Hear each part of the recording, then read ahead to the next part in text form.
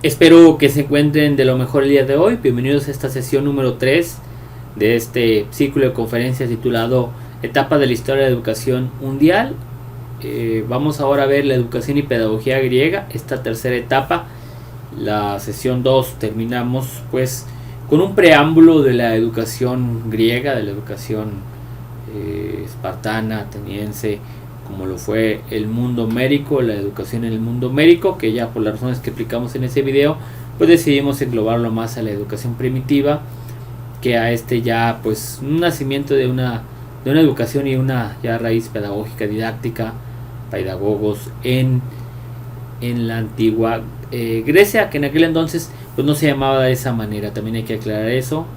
A principios del siglo XIX, cuando se independiza del Imperio Otomano, bueno, es cuando ya se le conoce ya como la Grecia ya moderna, ya como en la actualidad.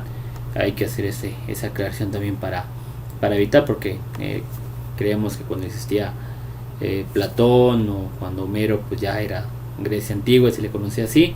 Bueno, nomás hago la aclaración. De esta etapa, a diferencia de la época de la antigüedad, ¿sí?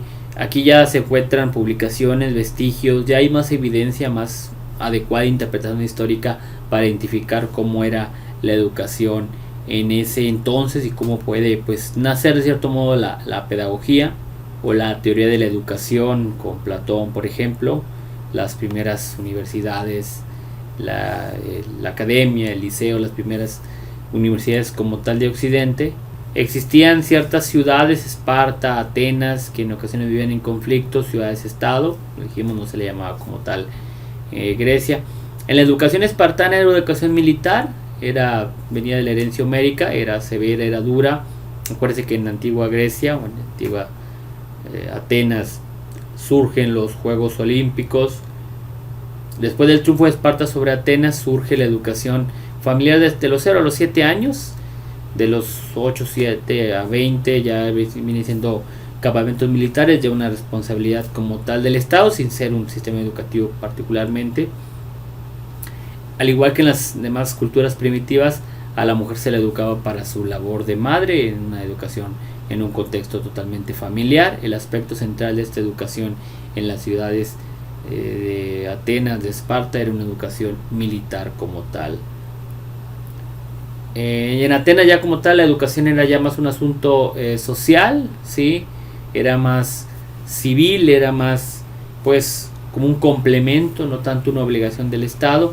Ahí vamos a encontrar algunos términos como el paidotriba, que es el maestro de educación física, el maestro de deportes, el citarista, la cítara es un instrumento de cuerda, ¿sí? La educación musical, la poesía, ¿sí? El didáscalos o maestro elemental era una educación tipo instructiva, leer, escribir, las cuestiones más básicas. En la educación ateniense, donde surgen los filósofos, que vamos a estar Platón, Aristóteles, y va a haber un momento también de la educación helenística, post la ateniense, post los filósofos antes mencionados. Los primeros con los que nos vamos a encontrar son con los sofistas. Eran unos profesores itinerantes, andaban de un lugar a otro, eran como maestros ambulantes de cierto modo. El significado de sofista, literalmente del griego, es el que hace sabios a otro, el que instruye, el que adoctrina, el que enseña, ya en términos más coloquiales. Ya tenía un significado pues educativo como tal, más o menos ya similar al de nuestra época. Algo por lo cual principalmente se dice que Sócrates criticaba en este elemento, era que los sofistas cobraban por algo que actualmente pues es algo normal, que el docente reciba su salario, sea docente de la SEP, sea docente por honorario, sea de escuela privada, pues recibe cierta remuneración económica, sea un pago justo, sea un pago adecuado conforme a su labor. Bueno, ya eso es debatible en la actualidad y en todo momento siempre lo ha sido, es otra historia ya, ¿sí? Pero bueno, era mal visto en general que ellos pues esparcieran su conocimiento y recibieran pues una remuneración económica, algo que actualmente parece normal, en aquel entonces pues no lo era tanto. Algunos ejemplos: Protágoras, Trasimaco, Gorgia, Hipias, los principales sofistas más célebres. Ellos, aquí hay que hacer esa aclaración, ellos más que filósofos, científicos, que hombres de conocimiento, eran profesores. Ellos se dedicaban a enseñar como tal, ¿no? Aquí con los sofistas empieza a desarrollarse la historia, pues, de la educación y en cierto modo también de la pedagogía, de la didáctica en esa, pues, antigua civilización, pues, que hoy se conoce como Grecia. En todos los libros de historia de la educación, en todos los manuales, en todos los planes de estudios, pues, después de los sofistas, se manejan también otros, tales de Mileto, Anaximandro, Heráclito, Pitágoras. Se manejan antes de los sofistas ciertos filósofos del conocimiento que dan el surgimiento a la filosofía, el amor al conocimiento, y otro que colocan siempre es a Sócrates. Hay muchos historiadores, muchos pues expertos en el tema, opinan, argumentan, señalan de que Sócrates fue un personaje real, un invento de Platón. Él tiene su libro La Apología de Sócrates. Sócrates no deja nada escrito, todo lo que conocemos sobre él es por medio de su supuesto alumno o su alumno Platón. Por eso está ahí la duda. Yo antes creía que era un personaje real totalmente, ya que he leído un poco más sobre este tema, pues ya me ha entrado mucho la duda, pero bueno, se sigue abordando en los planes, en los temarios de historia de la educación. Por eso aquí lo mencionamos. Se decía que estaba en contra de los sofistas, ya como lo mencionamos, por la cuestión del cobro, porque ellos tenían un ego alto, ellos presumían el conocimiento que se sabía, algo que actualmente pues es muy común entre los docentes. Sócrates le llamaba discípulos, el término discípulo que después sería pues utilizado por el cristianismo a los estudiantes. Él utilizaba esa pues método de conversar, esa dialéctica, el diálogo. La retórica era un poquito más de los sofistas. El sofista enseñaba pues simplemente hablando, ya cuando se daba una conversación, una retroalimentación, que hoy en día se dice que pues la educación, el proceso de comunicación en todo el aula, debe haber retroalimentación, no debe ser unidireccional solamente el docente hacia el estudiante, sino que deben de participar, levantar la mano, opinar, etcétera, ¿sí? Tenía una pues educación en cierto modo filosófica, una educación espiritual, moral, fomentar los valores, la virtud, ir en busca de la verdad. De hecho, en general, el surgimiento de la filosofía pues es en busca de la verdad como tal. Él tenía la famosa mayéutica socrática, sí, y la ironía, preguntas por la calle. Él iba por la calle, en las ágoras, en las plazas, en los mercados. Se encontraba alguna persona y le decía: oye, ¿tú qué opinas del amor? ¿Tú qué opinas de la sabiduría? ¿Tú qué opinas de pues determinado tema? ¿Qué opinas de la democracia en este país? ¿Existe? Ese tipo de preguntas, y ya se hacía el diálogo. Hoy en día, si hace ese tipo por la calle, pues ya nada más a una encuesta, una entrevista. En muchos lugares está prohibido, ¿sí? Pero esa es la mayéutica que muchas veces lo seguimos utilizando los docentes. Cuando llegamos y preguntamos a ver qué recuerdan de la clase pasada, a ver qué recuerdan de determinado tema, es como recabar los conocimientos previos, el paso principalmente del aprendizaje significativo, pues ahí está como tal, ¿no? Él le daba mucho valor a la personalidad humana, ¿sí? Esa belleza. Un hombre bello en Grecia era un hombre con conocimiento, una mujer con conocimiento. Él buscaba más que nada fomentar la personalidad, ¿sí? De carácter universal, el humanismo, el amor por la sabiduría, la filosofía en su máximo apogeo era las enseñanzas de Sócrates. Repito, no tuvo publicaciones, no tuvo libros. Todo lo que sabemos poner es por su alumno. Bueno, aquí tenemos una imagen de Sócrates, una imagen pues que muestra la veneración, muestra el apego, muestra el orgullo, la admiración de parte de sus discípulos. Creo que queda bien determinado en esta imagen. Todo lo que sabemos sobre Sócrates es sobre su alumno Platón. Platón sí ya deja varios textos muy interesantes, muy nutridos en diversas temáticas, entre ellas la educación. Se le conoce como el fundador de la teoría de la educación. Él funda la famosa Academia de Platón, la primera universidad de Occidente, estudios superiores de carácter filosófico, político. Él se preocupó mucho por la democracia, mucho por la política en aquel entonces que se requería. Tiene diversas publicaciones o libros como los diálogos, la República, el mito de la alegoría de la famosa caverna de Platón, el mito de la caverna, el banquete, la antes mencionada apología de Sócrates, otro llamado Fedro también. Él argumentaba que la educación debería estar al servicio del Estado, ya digamos como un sistema educativo propio. Buscaba formar en la moral, en los valores, en la justicia. Tenía pues organizada la educación en ciertos elementos: gimnasia, música, canto, danza, matemáticas, letras, una educación espiritual también, de cierto modo, en el valor de las personas. Fíjese cómo define la educación: debe proporcionar al cuerpo y alma, bueno, lo conocemos mucho, cuerpo sano, mente sana, ¿sí?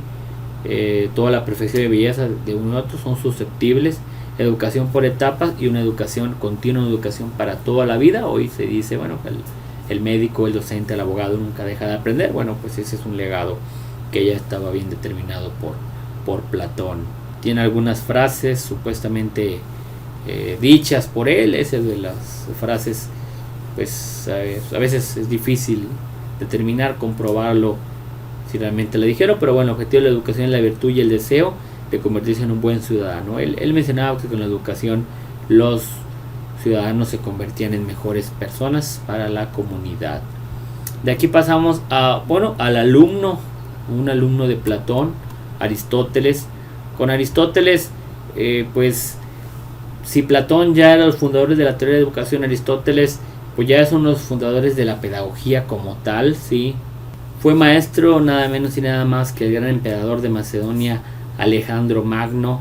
Él, al igual que Platón, funda el Liceo, un centro de educación y de investigación. Vean cómo ahora pues ya las universidades tienen su área de investigación. Pues bueno, con Aristóteles se funda esa idea como tal. Fíjense cómo Aristóteles decía algo pues que hoy en día pues contradice mucho pues la realidad educativa como tal, que el objetivo de la educación es la felicidad y la plenitud.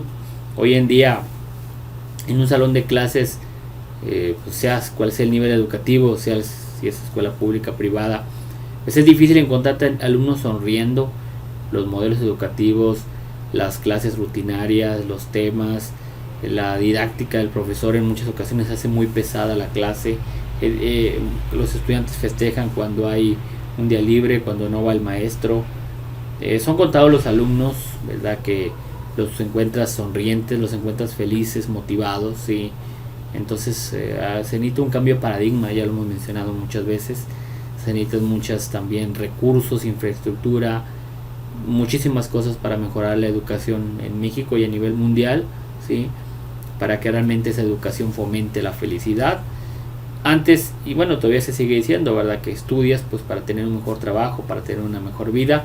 Eso actualmente también, ese dicho, ya muchos jóvenes, inclusive los niños ya ni se lo creen, ¿verdad?, ya hacen bien, ¿verdad?, como decían pues antiguas conversaciones, dichos por expertos en el área de la educación, ¿sí? Reemplatar la educación, ¿verdad?, como decía Aristóteles. Fíjense que Aristóteles fomentaba practicar el bien, la filosofía, la filantropía de los demás, pero hacerlo un hábito, evitar los vicios, practicarlo, no solamente hablar del bien, sino practicarlo, ¿verdad? Estamos hablando ya de una educación práctica, ¿sí? Practicar con el ejemplo como tal. Mencionaba que la familia era la primera escuela, la segunda el Estado, una educación fomentada, buscaba una educación igualitaria para todos, no tan aristocrática. De los 0 a 5 se enseñaba en casa, higiene, reglas básicas, reglas de conducta. De los 5 a las 7 lecciones básicas, matemáticas, leer, escribir, etcétera. De los 7 a los 11 y luego de los 11 a los 21 gimnasia, música, ¿sí? Es el fundador del método inductivo. Aristóteles tiene algunos libros o publicaciones como Metafísica, Ética Nicomaquea, también tiene el libro Política, el libro Retórica, el libro Tratados del Alma, que muchos lo asocian con el surgimiento también de la psicología, física, retórica, poética, acerca del cielo, entre otros más. Fue un gran también escritor, algo escrito directamente con la educación. Bueno, en el libro de Ética se aborda un poco, en el de Retórica, en el de Política se abordan pues ciertos temas educativos también. Y no se puede hablar de educación en Grecia, en el surgimiento de la pedagogía y educación griega, sin hablar de los pedagogos. ¿Sí? Lo vamos a encontrar en esos esclavos más capaces en la Grecia antigua. Bueno, una pequeña anécdota, en la Grecia antigua estaba aceptada, no estaba prohibida, estaba permitida la esclavitud. Hoy en día pues ya no está abolida la esclavitud, pero somos esclavos a otras cosas, al celular, al trabajo, a los videojuegos, a las redes sociales, ¿sí? A no trabajar también, a la televisión, ¿sí? A las series, pero en aquel entonces era permitida la esclavitud, pues para trabajos forzados, pero a esos esclavos más capaces que podían enseñar, que podían instruir a un niño pequeño, se lo llevaban las familias aristocráticas, los ricos, para que instruyeran al niño pues en las primeras etapas, al menos de los 0 a los 4 o 5 años, digamos en la etapa actual de preescolar. Esos eran los pedagogos, de ahí surge el término pues pedagogía de cierto modo. Vean cómo la pedagogía tiene ese origen pues un tanto oscuro en la esclavitud, que bueno, en aquel entonces hay que aclararlo, era algo cotidiano, era algo pues hasta bien visto, y de hecho pues hay que reconocer que lo fue pues mucho tiempo. Eso de la abolición de la esclavitud es algo pues de la Revolución Francesa para acá, que en México pues básicamente pues del siglo XX es cuando termina más o menos en fines prácticos la esclavitud. Esos son pues los pedagogos. Es así que en esta cápsula trabajamos pues la educación y pedagogía griega en aspectos comunes, los sofistas, Sócrates, Platón, Aristóteles y los pedagogos. Espero los haya orientado. Les recuerdo que esas son las referencias bibliográficas, las fuentes que estamos utilizando para hacer esta investigación, estos libros sobre historia de la educación. Muchas gracias por observar este video. Ya me conocen, soy el doctor Jesús David Camarillo Rangel. Tengo un doctorado en innovación educativa, una maestría en educación superior y una licenciatura en educación secundaria. Ya lo he comentado muchas veces, me dedico a la educación, a la docencia en educación superior ya desde hace 11 años y en educación básica ya desde hace 12 años. Y pues bueno, espero hayan entendido un poquito sobre la educación y la pedagogía en la antigua Grecia. Que estén de lo mejor, y nos encontramos en la siguiente cláusula, en la siguiente clase, cátedra, para ver la educación en la antigua Roma. Que estén de lo mejor.